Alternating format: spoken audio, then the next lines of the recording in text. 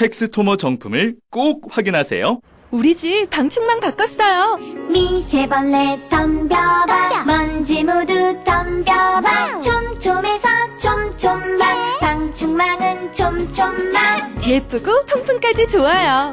방충망은 촘촘만 주식회사 텍스토머. 텍스토머 정품을 꼭 확인하세요. 우리 집 방충망 바꿨어요.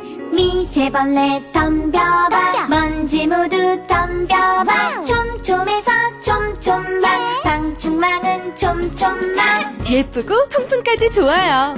방충망은 촘촘만 주식회사 텍스토머. 탄핵 반대 집회를 주도했던 태극기와 십자가의 동맹을 보면서 자괴감을 느끼는 기독교인들에게 기독교는 민주주의를 싫어하는지 아예 관심이 없는지 아니면 기독교도 민주주의를 지지하는지 답답하고 궁금한 시민들에게 호모 요쿠스의 저자 이병주 변호사가 시원한 질문과 명쾌한 답변을 제시합니다. 박근혜 사태와 기독교의 문제, 기독교인들에게 민주주의는 무엇인가? 도서출판 대장간. 인생을 보고 세상을 보라. 롯데카드 무브컬처 라이프 사진전. 역사에 각인된 기념비적인 순간. 거대한 존재에 맞선 인류의 도전. 어두운 시대를 밝혀낸 20세기의 영웅들. 삶과 역사가 만난 그곳. 라이프. 생명이란 이름에 담긴 900만 장의 역사. 롯데카드 무브컬처 라이프 사진전. 예술의 전당.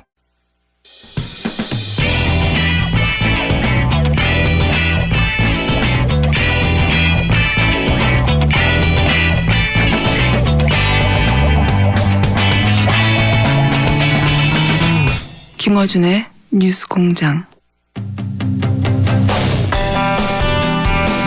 청경자 화백의 미인도 위작 논란 들어보신 분들이 많을 텐데요. 내용은 잘 모르실 겁니다. 오늘 그 이야기를 해볼 겁니다.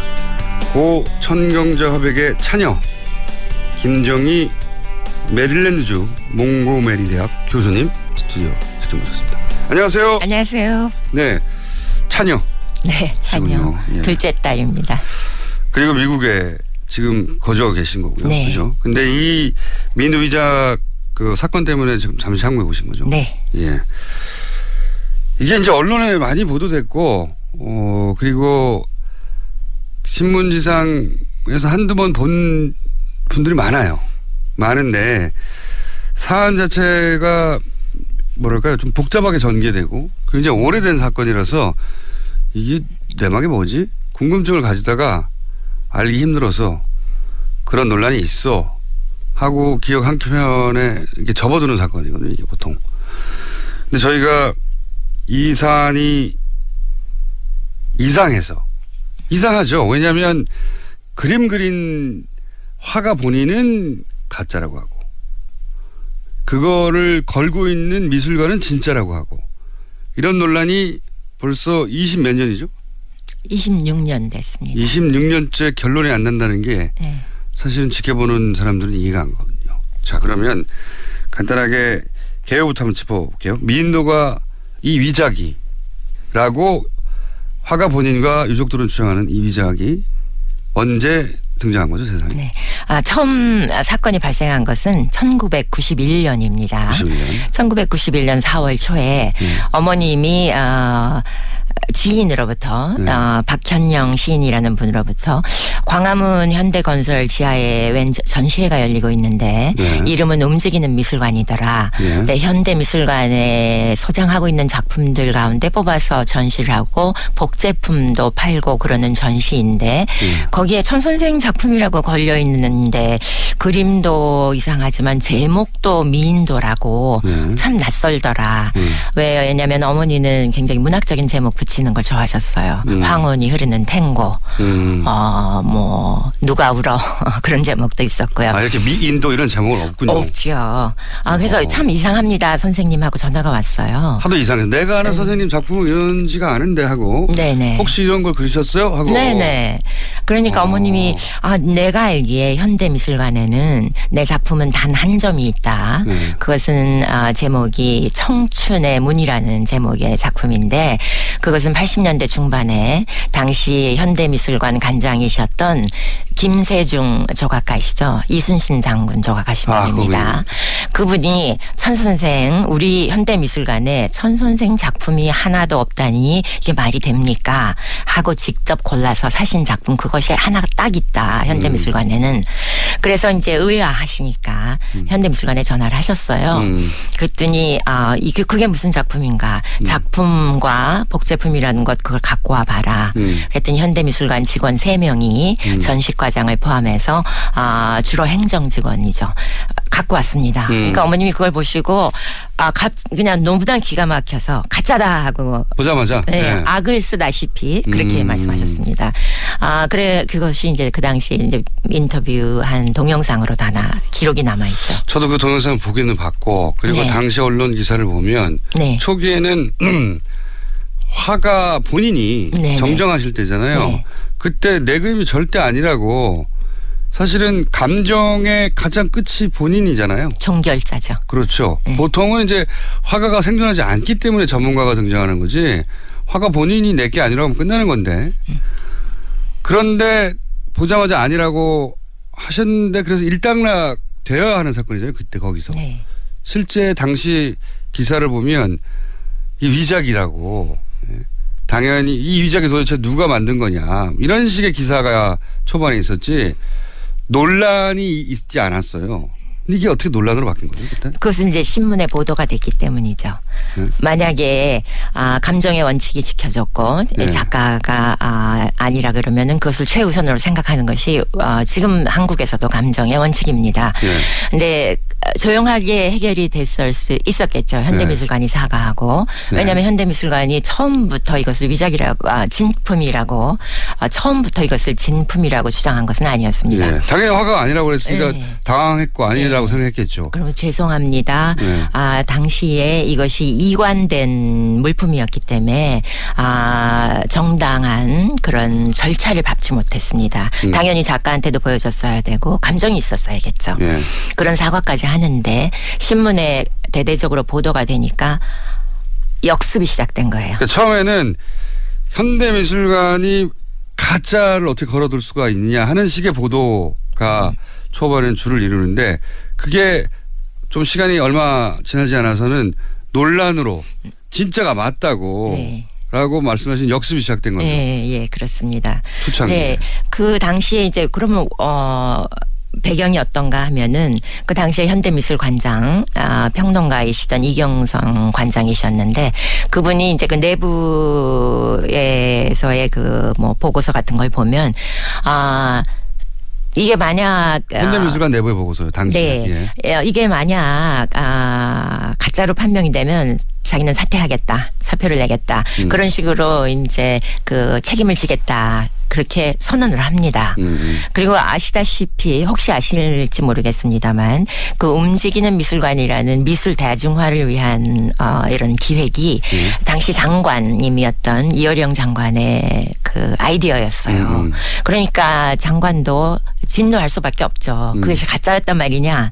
그러면서 그 당시에 그 어머님 친지 중에 김성환 화백이라고 고바우 만화로 아마 잘 알려주셨죠. 유명하죠. 예. 네, 그분이 전하는 바에 따르면 고위 공무원한테 들으셨다 그러는데 만약 이것이 가짜로 판명나면 관리 7명의 목을 치겠다 그렇게 말씀하셨다고 제가 직접 들은 것은 아닙니다. 그 결정 라인에 있는 사람들의 책임을 묻겠다. 네, 그렇죠.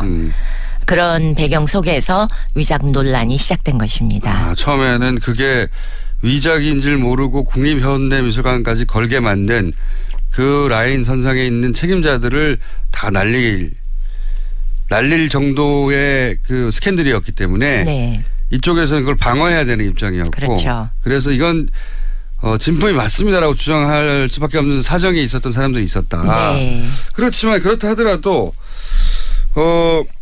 화가 당사자가 그리고 그때 이미 유명하신 분이었고 그리고 정정하신 분이었고 네. 아니다라고 해서 그렇게 강력하게 주장하면 해결됐을 것만 같은 게 이제 일반의 상식이거든요. 그것은 상식이죠. 예. 그러나 상식 밖의 일들이 또 벌어지기 시작하는데 시작합니까? 그중에 이제 가장 중요한 것은 당시에 화랑협회라는 것이 있었습니다. 지금도 네. 물론 존재하고요. 근데 그때는 사단법인으로 인가를 받기 직전이었습니다. 미인도 네. 사건 직후에 사단법인. 임의단체였네요 그때는. 예. 그렇죠. 친목단체라고 할 수 있는데 네. 화랑들의 서울시에 있는 뭐 10여 개 화랑들의 이익을 도모하는 단체였죠. 물건을 사고 파는 상인들의 모임이었네요. 그렇죠. 그 품목이 그림이었을 뿐. 그렇죠. 예. 그러니까 현대미술관에도 그림을 팔아야 되는 그런 위치에 있는 요즘 말로 하자면 갑과 을의 위치에 있는 화랑단체, 그 소규모 화랑단체의 자문기구였던 네. 감정협회의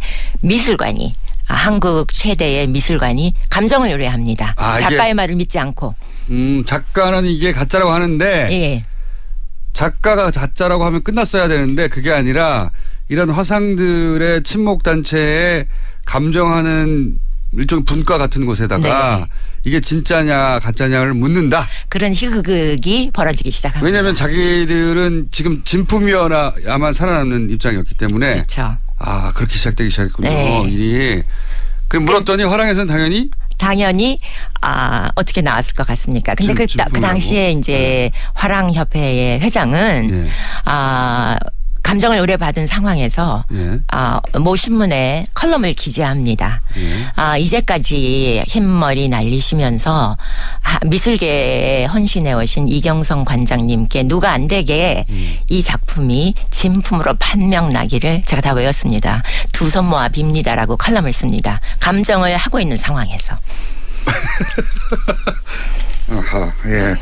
조금씩 그림이 그려지기 시작하네요. 그러면 그때 당시 그런 화랑협회가 진품 쪽으로 손을 들어주는 것 외에 이것이 진품이라고 주장하는 근거들이 존재해야 되잖아요. 네. 어떤 근거들이 등장합니까? 제가 지금 뚜렷이 기억하고 있는 것은 네. 이 작품이 어머니의 단골 표구사 예. 화방인 동산방 표구사에서 표구가 됐다.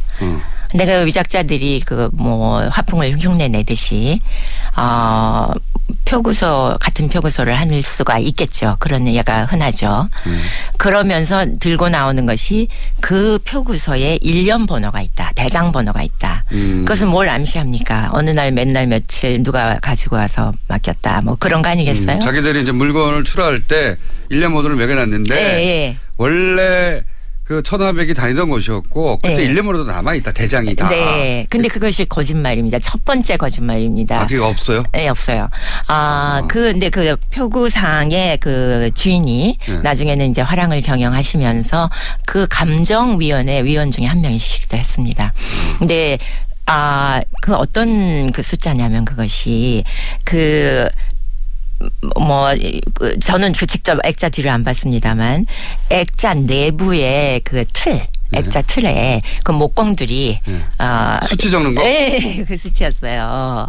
그때만 해도 뭐 한자 몇치 뭐 그런 거를 썼다 그렇죠, 그러더라고요. 그렇죠. 예. 네. 지금도 공사 현장에서는 안 보이는 쪽에다가 네, 그럼 짝을 맞추려면 그게 필요하잖아요. 그런 수치 쓰고 근데 이제 하죠. 그게 일련 번호 혹은 대장 번호로 둔갑을 해가지고 언론에까지 나오는 거예요. 뭐 뒤에 봐라. 뒤에 네. 보면 수치 적혀 있는데 이게 일련번호다. 네. 근데 동산방 대표이신 분은 그 당시에 이미 우리에게 일련 번호는 없다. 일련 번호라면 포장을 다 한 다음에 뒤를 마감한 다음에다 붙이지 왜 목재에다가 붙이겠는가. 그리고 말하자면 양심 선언을 했어요. 가게 주인이 이미 했군요 그때. 양심 선언을 했는데 이 설은 왜 우리가 꼬리를 더 이상 안 쓰지만 꼬리뼈가 남아 있는 것 같이 그렇게 계속 이렇게 남아가지고 2015년, 16년까지 일련번호가 있었다더라. 네, 그게 계속 주장이 됩니다. 그 표구사의 주인은 아니라고 했는데도 불구하고 네. 또 그런 게 있고요. 또요. 또 어떤 게 있을까? 이제 그때 이제 김재규 전 중앙정보부장 집에서 나왔다는 설이 이제 그때부터 나오기 시작합니다. 네. 그러니까 그 설은 이런 거죠. 김재규 당시 중정부장의 집에서 나왔는데 그 네. 권력 실세가 가짜 그림을 걸어놨을 리가 있냐. 네. 이게 이제 진품의 근거이고 네. 또 나중에 또 제가 언론 지면을 통해서 듣기로는 김재규 씨의 유족들이 네. 그게 진품이라고 진술을 했다. 네, 네. 이런 얘기가 있었죠. 근데 네. 사실은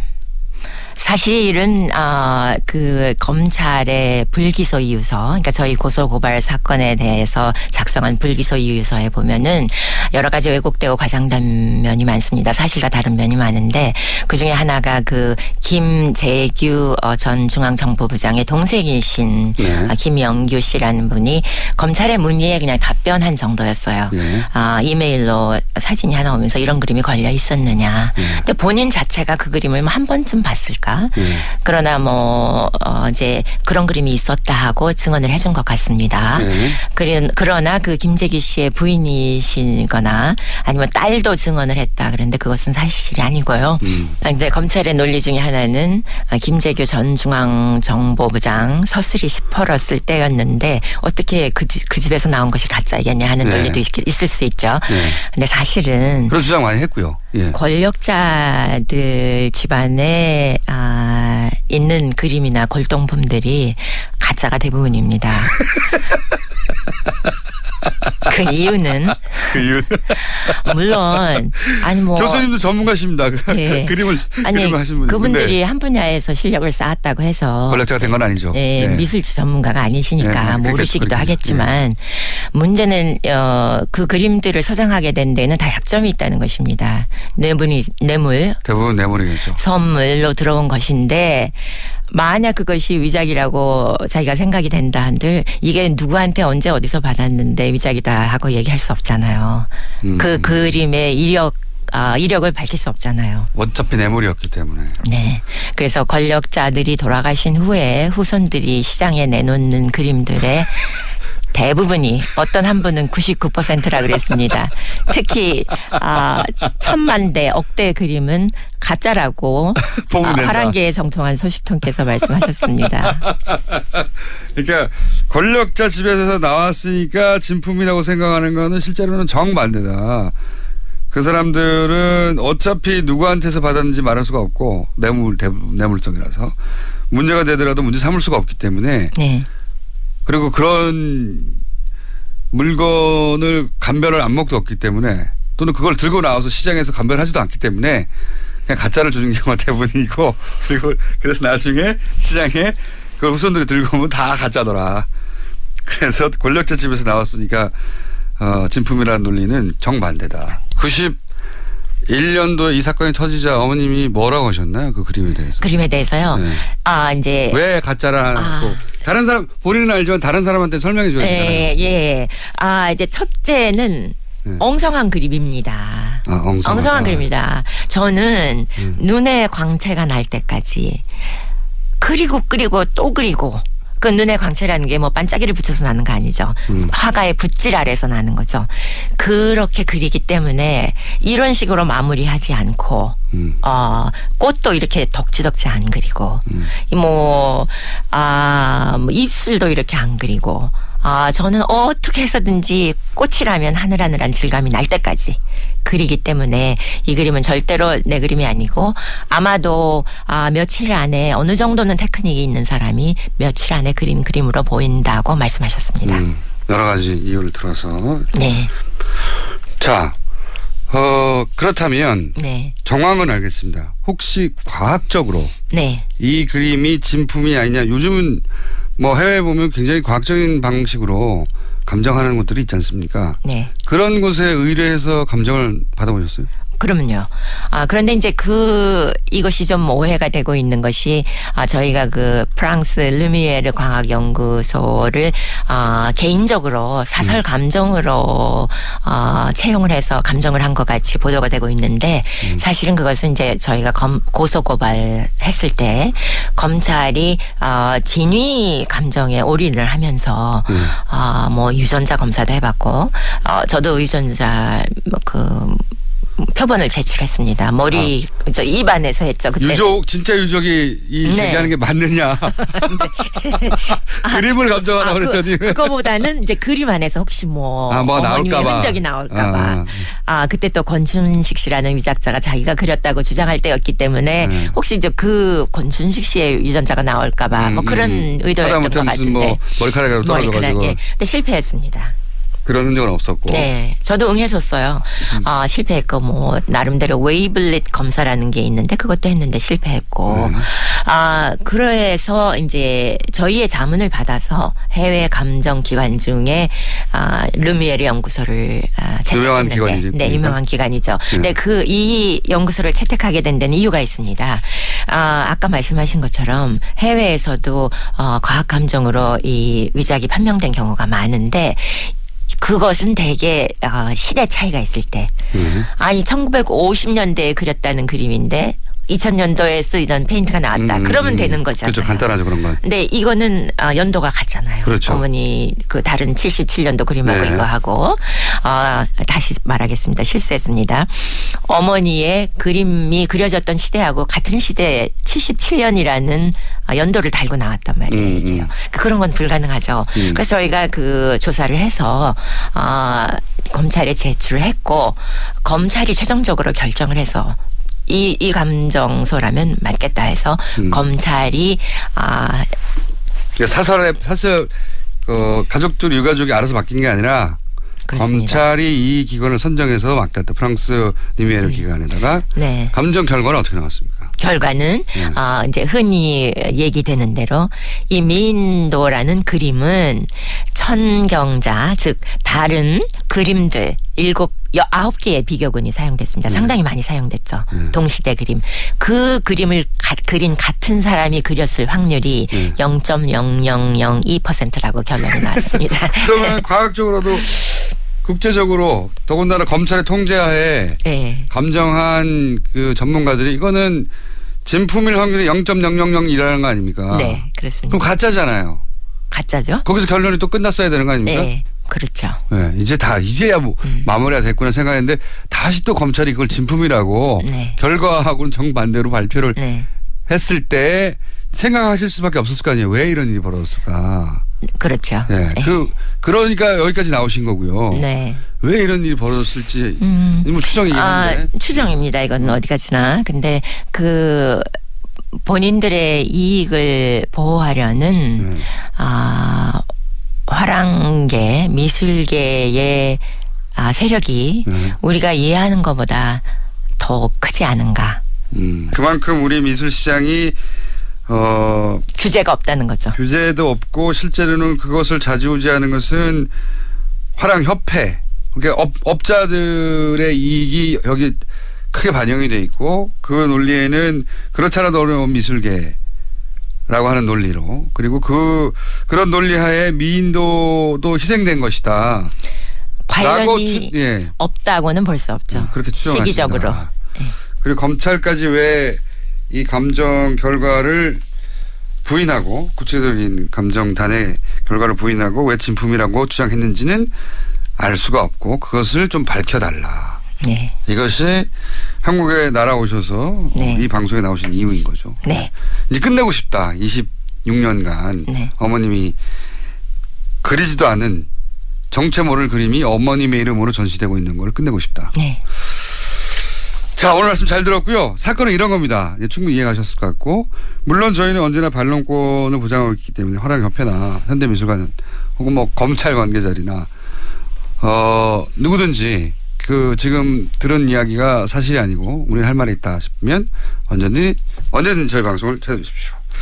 자, 오늘 여기까지 하겠습니다. 지금까지 고 청경자 화백의 찬혁 미국 메릴랜드주 몽고메리대 김정희 교수님이었습니다. 감사합니다. 네, 감사합니다. 오빠, 우리 어디 가는 거야? 정수 가지. 와, 우리 말 타러 가는 거야? 그렇게 좋아? 고민하지 말고 장수로 오세요. 온 가족이 즐기는 승마 체험과 국내 최대 규모의 말역사 체험관 등 장수에는 정말 볼 것, 누릴 것들이 넘쳐난답니다. 말의 심장 소리를 직접 느껴보는 장수에서의 하룬 여행. 장수는 항상 가까이 있습니다. 주말 여행은 장수로. 승마 체험 예약은 063-350-5486. 또 떨어졌어. 너 또 입사 시험 봤어? 아니, 차량용 핸드폰 거치대 말이야. 여러 개 사봤는데 실패의 연속이야. 떨어지고 시야 가리고 운전석에서도 멀고 뭐 좋은 거 없을까? 싼 것만 찾으니까 그렇지. 제대로 된 거 하나 사서 편리하게 쓰는 게 더 낫지. 그런 게 있어? 그럼 있지. 1, 2, 3 할 때 2. 힘 세다 할 때 힘. 투힘. 투 힘? 2배로 힘이 세다는 건가? 네이버 검색창에 투힘을 검색해보세요. 100년 이상 살 수 있는 장수 어종 캐비아를 낳는 어종으로 더욱 유명한 철갑상어. 이 철갑상어를 진액으로 만들었다는데 그 이름하여 사랑어. 오메가3 필수 아미노산 각종 미네랄 콘드로이친 등 100년 장수 철갑상어를 진액으로 한 컵에. 좋다 좋아. 철갑상어 진액 사랑어. 스테미너가 콸콸콸. 검색창에 사랑어.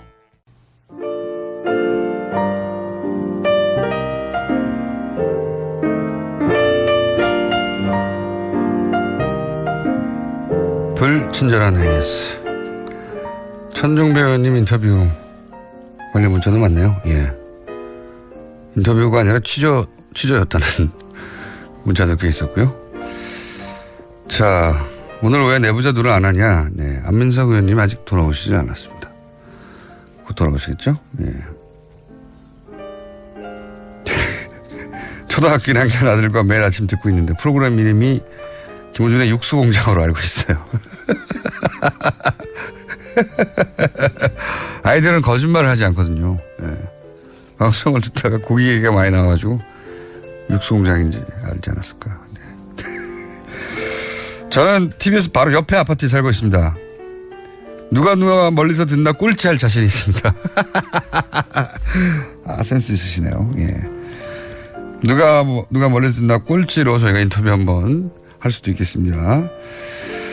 김은지 기자가 진행을 하고 공장장이 브리핑을 해보면 어떨까요? 네. 이거는 할 수는 있는데 잘 못 알아들으실 거예요. 제가 발음이 세가지고. 네. 그렇게 바람직하진 않지만 이벤트적으로 한번 해볼게요. 한 꼭지라도. 자, 그 외에 오늘은 천정배 의원님의 문자가 많습니다만 소개드릴 수 있는 게 별로 없어요. 자, 여기까지 하겠습니다.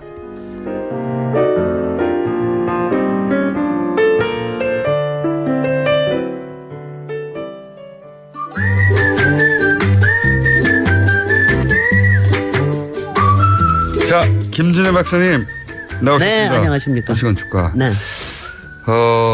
빛나는 순간들이 지난 9개월간 몇 번 있었지만 네. 대부분 제가 생각하던 거였거든요. 그런데 네. 전혀 생각지도 못했던 야 맞아 라고 네. 근본적인 성찰을 하게 된 그런 지난 방송이 처음이었어요. 미군 기지. 왜냐하면 미군 기지 아스팔트 건물 많이 짓는다. 네. 아스팔트래요. 또 콘크리트 건물 많이 짓는다. 안 돼. 공원으로 만들어.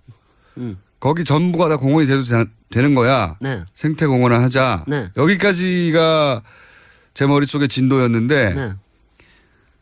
그것도 급한 게 아니다. 네. 그것도 급한 게 아니고 거기 전체가 역사적인 공간이니까 해체하는 과정부터 시작해가지고 전부 다 하나하나 역사의 과정을 만들자. 그게 다 끝난 다음에 생태공원을 해야 한다. 네. 이런 이야기가 듣고 보면 확 와닿는데 해준 사람이 없었거든요. 근데 네. 어제 방송을 하고 나서 지난주에 지난주에 반응이 좀 있지 않았습니까? 엄청나게 반응이 그렇죠. 있었어요. 네네. 엄청나게 반응이 있고 그런 생각 그러니까 그런 박사님 생각을 모르셨죠? 네, 그런 생각을 안 하고 있었다는 게 저는 좀 이상할 정도로. 박사님은 직업이잖아 이게. 아니, 전 직업이라기보다는 솔직히는 일종의 트라우마였어요. 그러니까 얘기를 해도 하도 안 들어주니까 가지고 있었는데 지난 또 10년 동안은 굉장히 이제 가슴 속에 막 이렇게 생각하고 있다가 마침 기회가 오니까 얘기를 꼭 하고 싶은 거죠. 그러니까 제가 얼마나 좌절 속에 사는지는 모르실 겁니다. 이런 문제들 때문에. 이런 문제들 때문에. 근데 이런 문제들을 저는 누군가가 설득력 있고 공개적으로 한 것을 잘 들어보지 못했다 보니까 많은 분들이 그런 얘기를 들어본 적이 없어요. 그래서 진도가 많이 나가야 그래 거기 무슨 박물관을 지어 그냥 공원으로 하자. 우리 공원도 없는데 여기까지예요. 여기까지. 근데 이제 그 워낙 간만한 역사이기 때문에 거기에 있는 거를 기억하고 기록하는 거 그리고 무엇보다도 체험하는 거 이게 굉장히 중요한 과정이에요. 듣고 저는 보니 그래요. 그러니까 과정을 잘 하면은 그 다음에는 뭘 만들어도 우리께 정말 될 수가 있는 거죠. 그리고 과정을 잘하고 나면 사람들이 컨센서스가 이루어지겠죠. 그렇습니다. 그거는 이렇게 하는 게 좋다고. 네네. 손쉽게. 지금 네. 본 적이 없거든요. 네.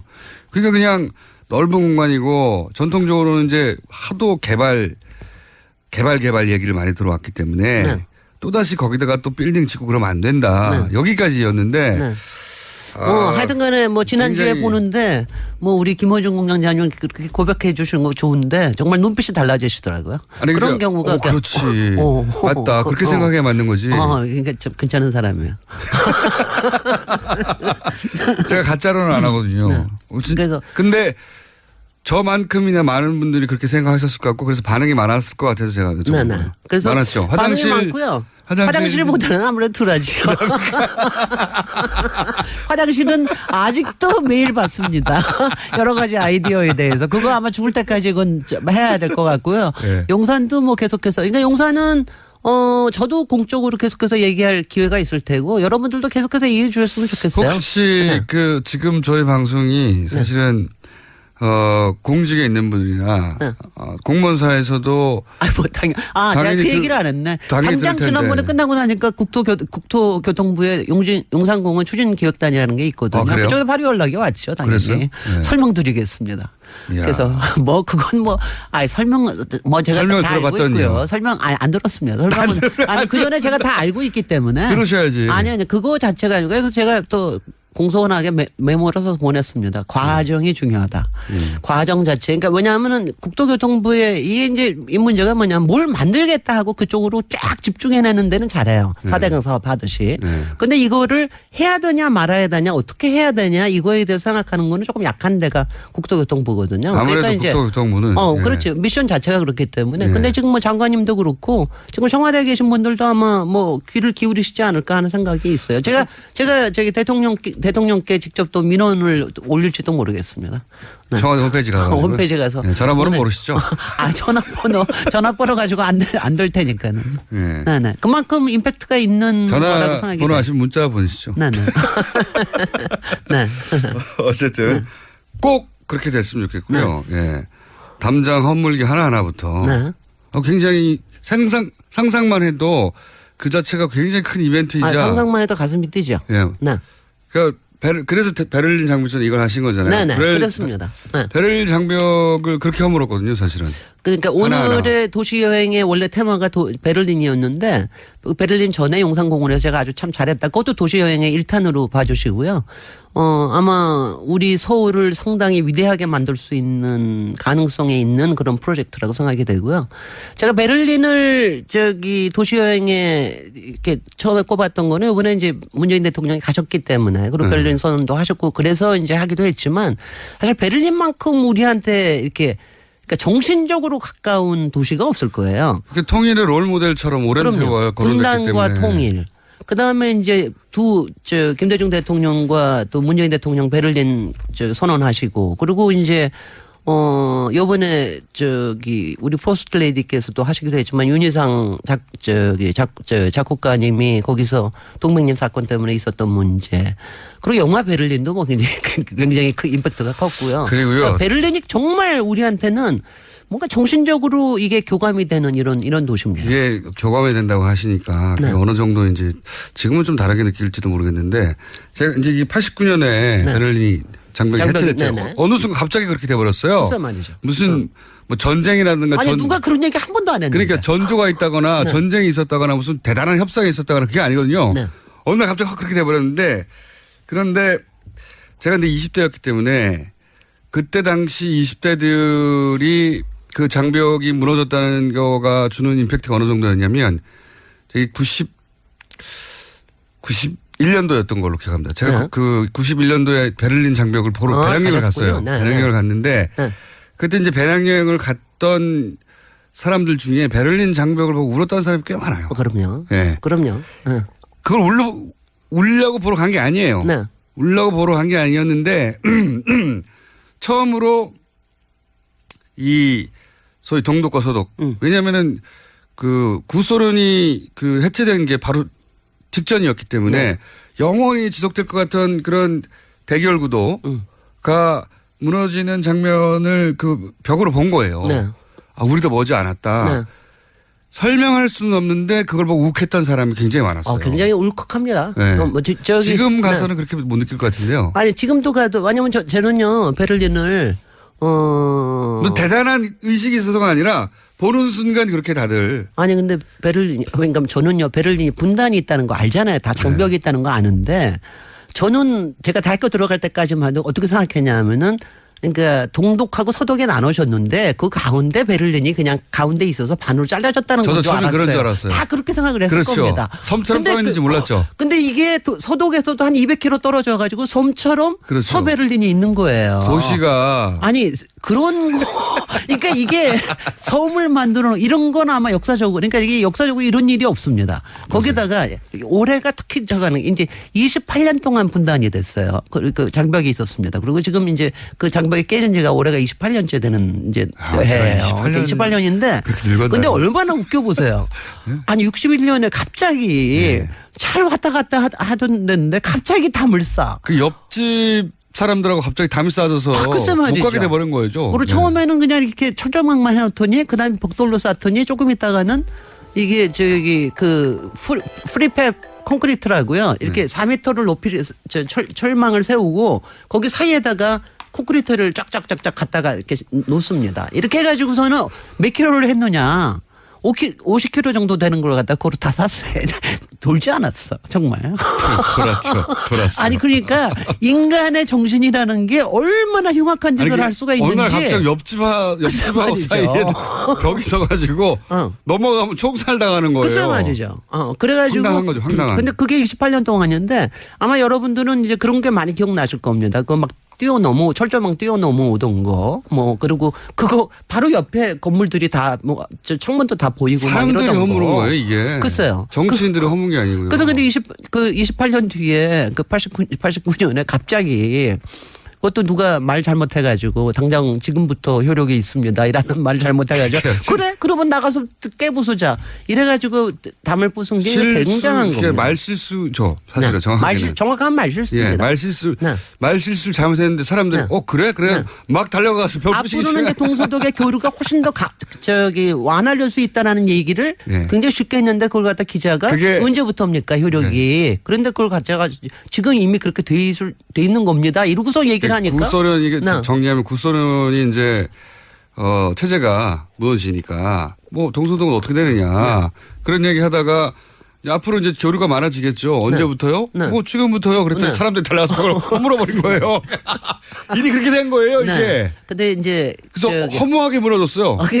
아니 그러니까 허무하고 아니요 저는 그 당시에 그 브란덴부르크 근처에서 사람들 이제 환호하고 그러던 거 보면은. 정말 눈물 정도가 아니었을 거예요, 그때는.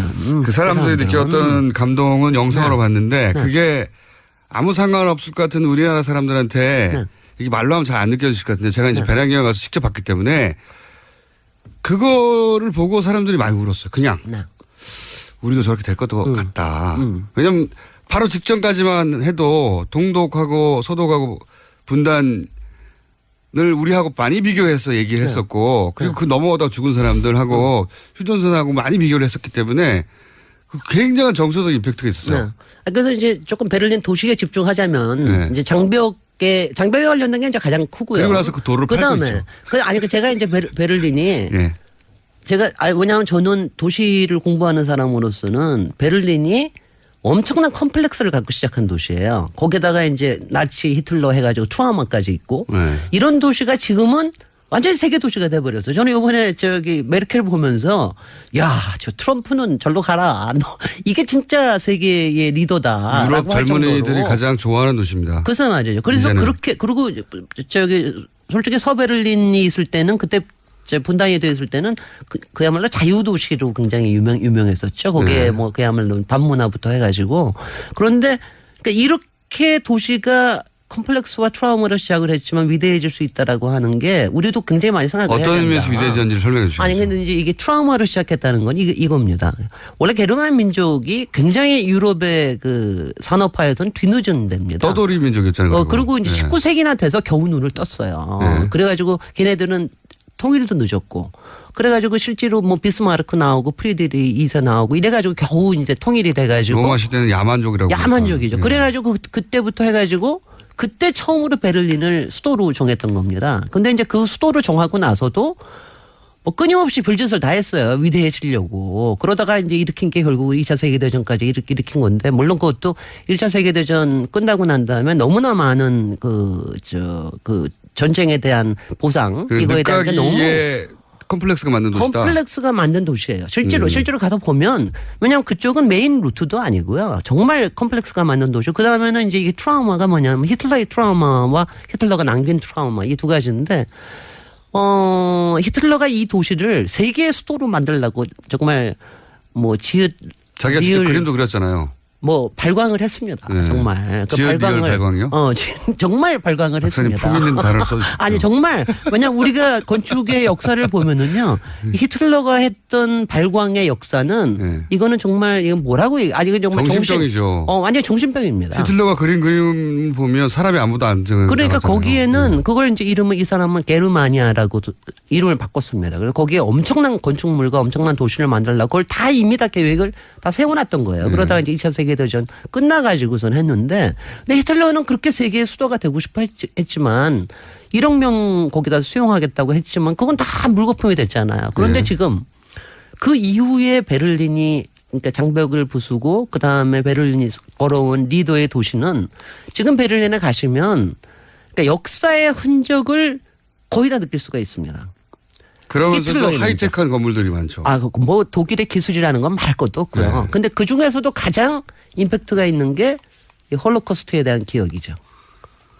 그러니까 독일이 했던 인종 청산에, 왜냐하면 독일인으로서는 얼마나 아프겠습니까? 근데 독일에 가시면 그때는 91년에는 아직 안 만들어졌을 때인데, 그 다음에 홀로코스트 광장이라는 게 있고 그 옆에 홀로코스트 뮤지엄이 있어요. 그런데 이거는 꼭 가보셔야 되는 게, 그러니까 공포와 혐오를 공간화를 한 데가 없습니다. 그렇지 않겠어요?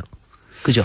다들 위대함과 환희와 뭐 숭배와 이런 건데 거기 가면 공포가 느껴집니다. 그러니까 정말로 유대인이 예루살렘에 가고 있습니다. 그렇습니다. 그 그렇습니다. 기억. 네. 근데 이름 생각 안 나네요. 하여튼 거기 동국의 가면 그 소위 희생당한 사람 이름을 끊임없이 반복해서 부르는 기념관이죠. 네. 근데 여기는 이걸 현대 건축물로 해서 광장과 건축을 만들었는데 거기 가면은요, 그 광장에는 이렇게 관처럼 생긴 돌이 조금 낮은 것도 있고 조금 높은 것도 있고 그런데 그게 천 몇백 개가 서 있어요. 아무것도 없습니다. 그거로 꽉 차 있습니다. 그냥. 돌로. 그리고 사이사이에 사람들이 다 다니게 돼 있어요. 근데 그 사이에 들어가면 아무것도 아닌데 그 안에서 우리가 느끼는 공포심이라는 게 있습니다.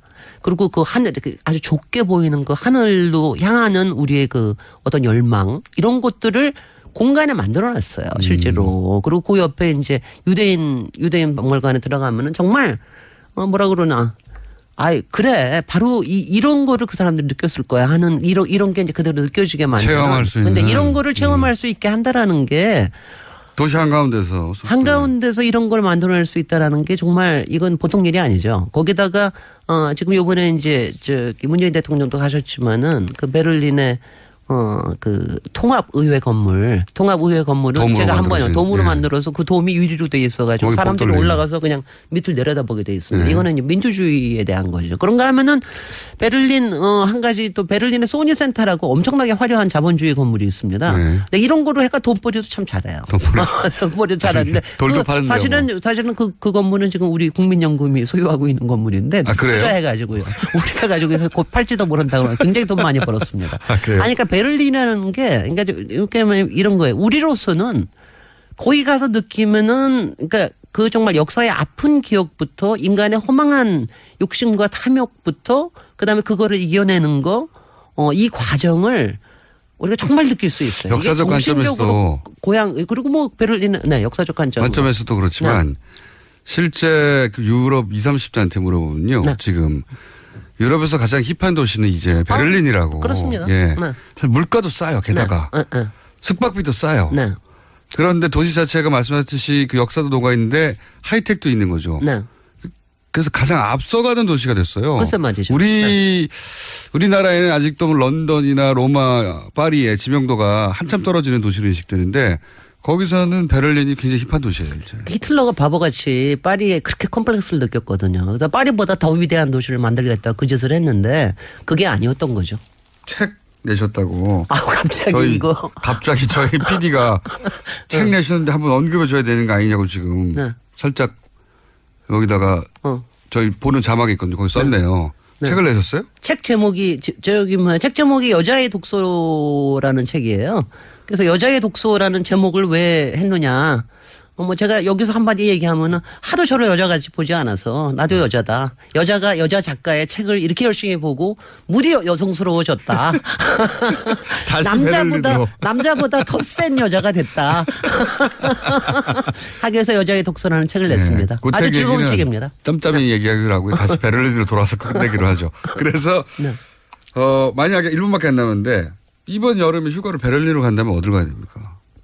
베를린으로 가는 거지 뭘 어떻게 가요? 베를린에 가서 뭘 꼭 봐야 되는 겁니까? 아니, 그러니까 제가 아까 얘기한 라이크스타크 통일의회 건물 그리고 그 앞에 있는 뭐 저기 대통령관 뭐 그리고 브란덴부르크 그 스트리트는 당연히 갈 거고요. 그리고 바로 옆에 홀로코스트 뮤지엄 가고 홀로코스트 뮤지엄을 꼭 뮤지엄 꼭 가고요. 그냥 찰리스 포인트라고 베를린 장벽에 남아 있는 부분들이 있습니다. 국민연금을 소유한 소니 빌딩. 그거는 뭐 당연히 가실 거 쇼핑하러 가실 거고요. 그리고 이제 밤문화 즐기러 뒷골목에 가시는 거 하는데 베를린은 그 자체로는요. 그냥 로맨틱 도시예요. 낭만주의적 도시인데 그 안에 숨겨져 있는 정신을 느끼시라. 우리의 위대함을 위하여. 로맨틱은 파리죠. 네. 로맨틱은 파리인 것 같은데. 아니야. 그 로맨틱하고는 또 달라요. 하여튼 우리가 생각하는 독일 낭만주의는 또 달라. 우리가 생각하는 베를린이 아니다. 가면 가장 하이텍과 그 역사가 같이 있다. 그게 인상적입니다.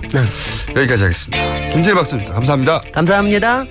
내일 뵙겠습니다. 안녕. 안녕.